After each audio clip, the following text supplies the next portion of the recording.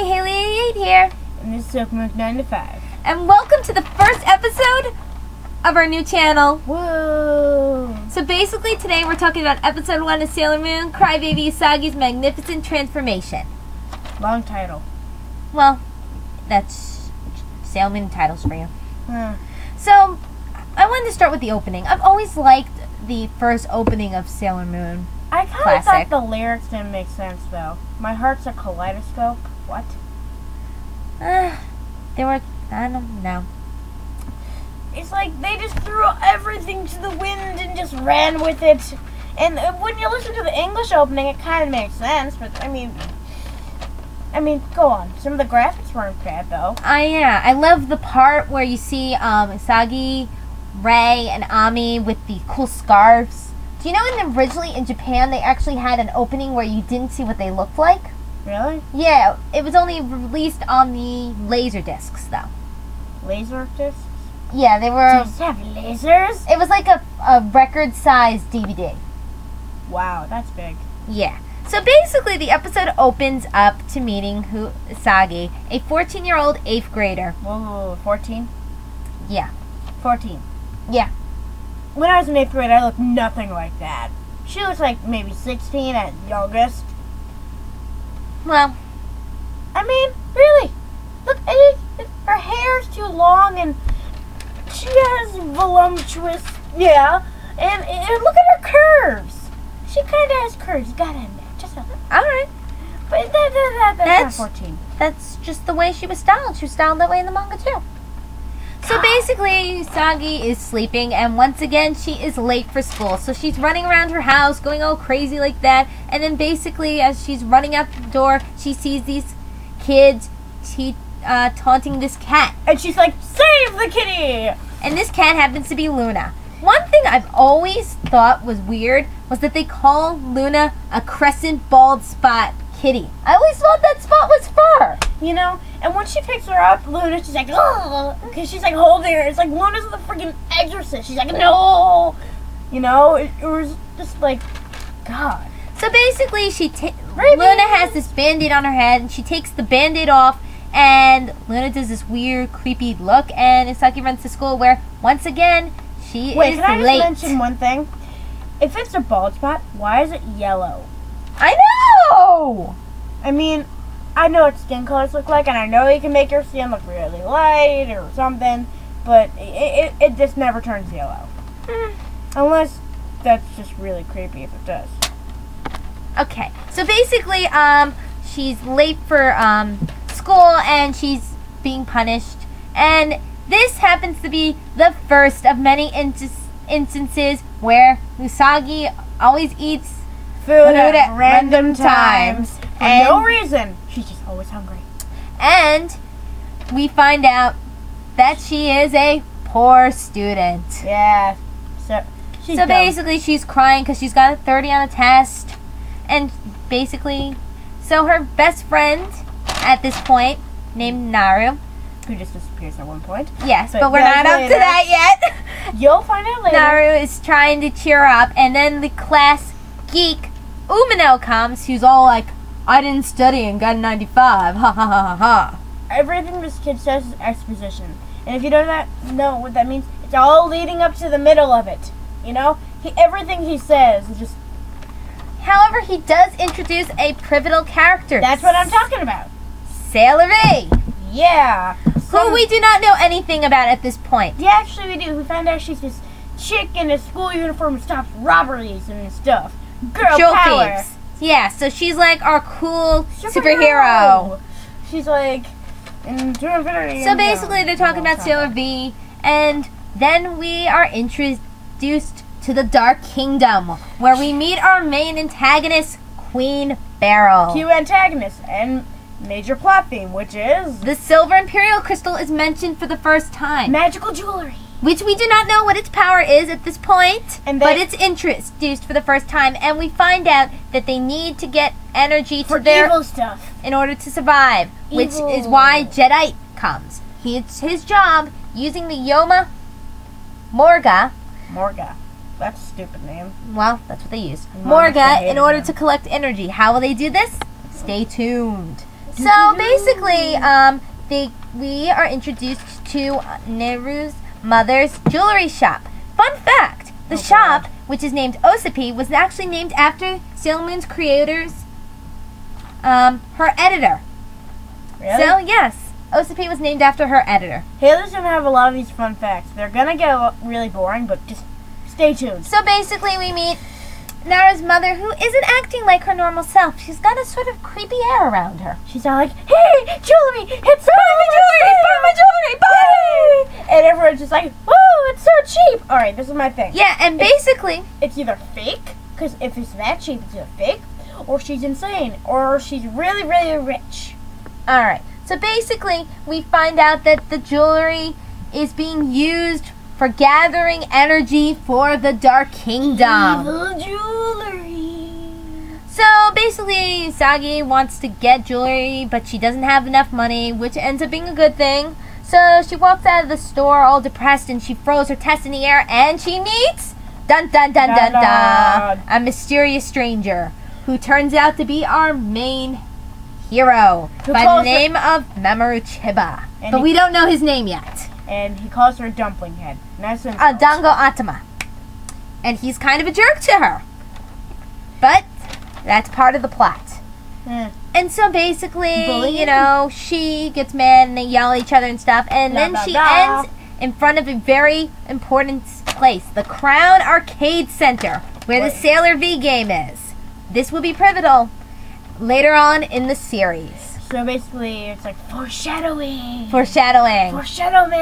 And basically, we see Luna, who wants Usagi for a certain reason. She's like a stalker. She just walks into her house. Okay, then comes the eye catch, and Usagi goes home. Basically, there's this whole scene where her mom finds out about the test, gets really mad, but you know what? We're gonna just skip for that part. Throws her out of the house, you know, she eventually So basically, all the people are still in the jewelry store, and they're feeling faint from the attack, and they were like, ooh. Yeah, woozy, and we find out it's part of the Dark Kingdom's plan. So basically, Usagi's in her bedroom, she's all like sleeping and stuff, and Luna appears. Stalker Luna! And explains to Usagi what her true destiny is, that she's supposed to be a sailor soldier and find the Moon Princess.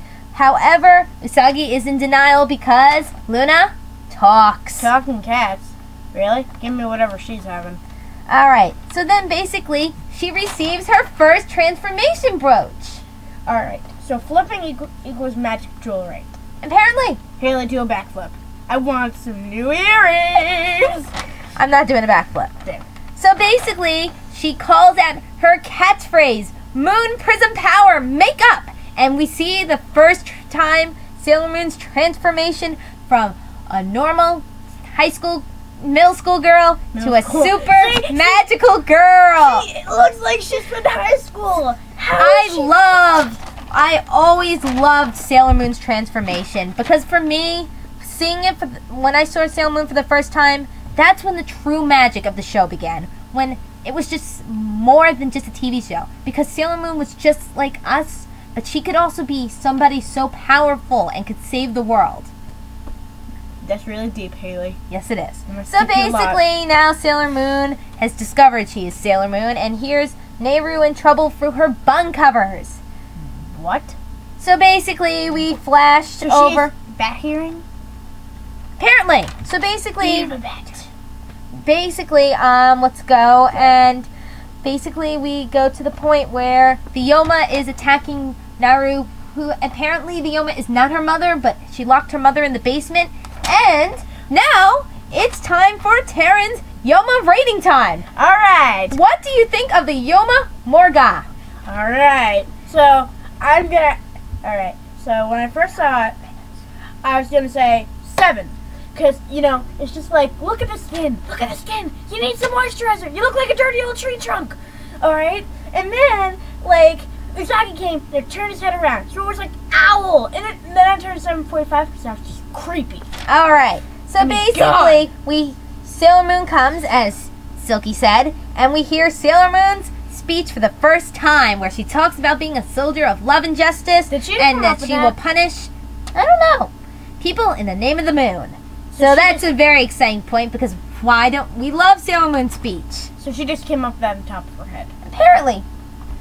Hi, so basically, after she says her speech, let's see, people end up being possessed by the jewelry. Alright, that makes sense. Yeah, and they're like hitting balls at her and all this other stuff. Once again, evil jewelry.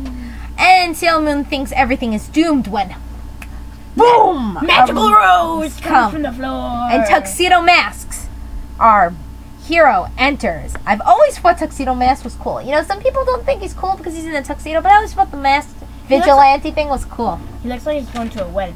Well, he's a cool jewel thief. So basically, Tuxedo Mask comes and Usagi's still upset. I mean, Sailor Moon. And she starts to cry. And her crying somehow causes an earthquake.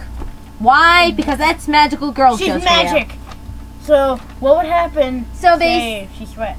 I don't know. Or maybe we should have said about Sailor Mercury. I'm just playing. Okay. So basically, Sailor Moon then uses her Moon Tiara action for the first time. It looks like a frisbee. Actually, in the manga, it was actually called Moon Tiara Frisbee. Yeah. So it just turns magically into a frisbee? Yeah, and then like in PGSM, it was called Moon Tiara Boomerang. Bet you it has a different name in the new anime coming out in 2013. Alright, you owe me $1.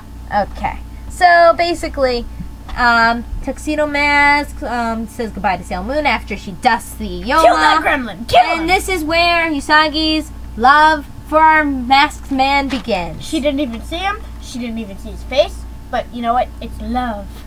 So basically, the next day in school, everybody talks about Sailor Moon, except for Usagi, who's tired, and they all think it's a dream. They're like, oh, I had the same dream too. What a coinky-dink. Yeah, and then basically we see the ending. I'm not so crazy about the ending. I always thought the ending was so boring, but as I was watching the credits, I never knew that Keiko Han played both Luna and Queen Beryl. Wow. I know. I've been a friend for so many years, I did not know that. It feels stupid. So, Taryn, any last thoughts about the first episode of Sailor Moon? It was your first time seeing it in Japanese. Oh, in Japanese, yes. I think I like the voice acting better than the English version, the dub, because the dub voices are just like, kidding. I hate the person who plays Sailor Moon's voice. That voice is so annoying. Yeah, well, I actually liked watching it again because it got me really pumped up. Because seeing the series for and knowing that a new one's coming and getting to watch the old series to pump you up is such a good feeling.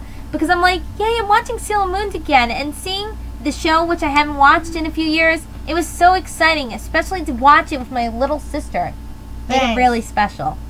So I'm apparently my baby now? No. You just made it special because we got to do it together. I've been trying to get you to watch the show for a very long time. She has. So basically, that's pretty much Sailor Moon in a nutshell for the first episode. We find out who Usagi is. We meet Luna and Mamoru. She discovers she's a superhero. We meet the Dark Kingdom. She destroys the Yoma, and the whole journey begins. So hopefully we will be starting episode 2. And I do not know the name of episode 2 right now, so I think it's Should I look? Yeah, can you quickly find out the name of episode 2? Oh, wait! Where'd you put the CD? I kind of put it away! Oh my goodness! Okay, quick! Check the internet! Check the internet! Oh, I found it! Yay! No, that's the movies! Oh my god, I can't remember what the name is! Found it! Yay! What's the name? Although, I kind of destroyed your movie shelf. Oh my god, you destroyed my movie shelf!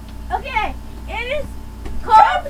Come give me the DVD! Okay, here you go. Okay, next time I will make sure I have the DVD case with me so we know. Okay, basically episode 2 is called Punish Them. The House of Fortune is the Monster Mansion. And remember, in the name of the moon, we shall punish you! This is Haley88. Mr. 195. Signing off. We hope to see you next episode.